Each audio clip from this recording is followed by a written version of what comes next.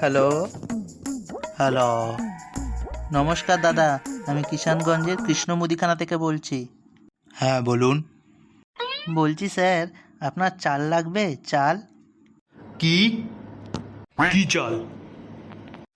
চাল, চাল স্যার, যেটা থেকে ভাত, পান্তা এসব হয়। বাড়িতে ভিখারি আসলে অনেক সময় দেওয়া হয়। ওই যে ধান থেকে চাল হয়, সেই চাল। ও আচ্ছা আচ্ছা, তো কি করব? কি করবেন সেটা আপনিই জানেন। আমি বলছি চাল লাগবে, চাল। দাদা, আপনি না ব্যাংকে ফোন করেছেন বুঝলেন, এখানে কোনো চাল টাল লাগবে না। আরে দাদা, ব্যাংকের জন্য না, আপনার ঘরের জন্য বলছি। চাল লাগবে? আমি ফ্রি হোম ডেলিভারিও দিই। না না দাদা, এই মাসের মাস কাবারি বাজার করা হয়ে গেছে, আমার কোনো চাল টাল লাগবে না, বাই। ওহ, ফোনটা কেটে দিল। আরেকবার করি। হ্যালো। হ্যাঁ দাদা, চাল চাই দাদা, চাল। কমে দিয়ে দেবো, নিয়ে নিন প্লিজ দাদা। আরে দাদা, আপনাকে এখনই তো বললাম যে আমার কোনো চাল লাগবে না। আমি মাসের প্রথমেই মাস কাবারি বাজার করে রাখি, আর ফোন করবেন না, রাখছি।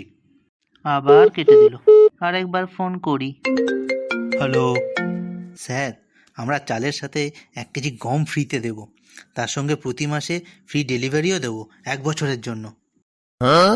আরে অদ্ভুত পাবলিক তো মাইরি আপনি। এতবার বলছি যে চাল লাগবে না লাগবে না, তাহলে বারবার ফোন করে বিরক্ত কেন করছেন?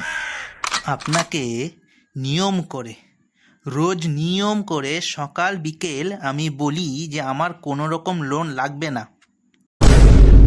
তোর মাথায় এই কথাটা ঢোকে ঢ্যামনা?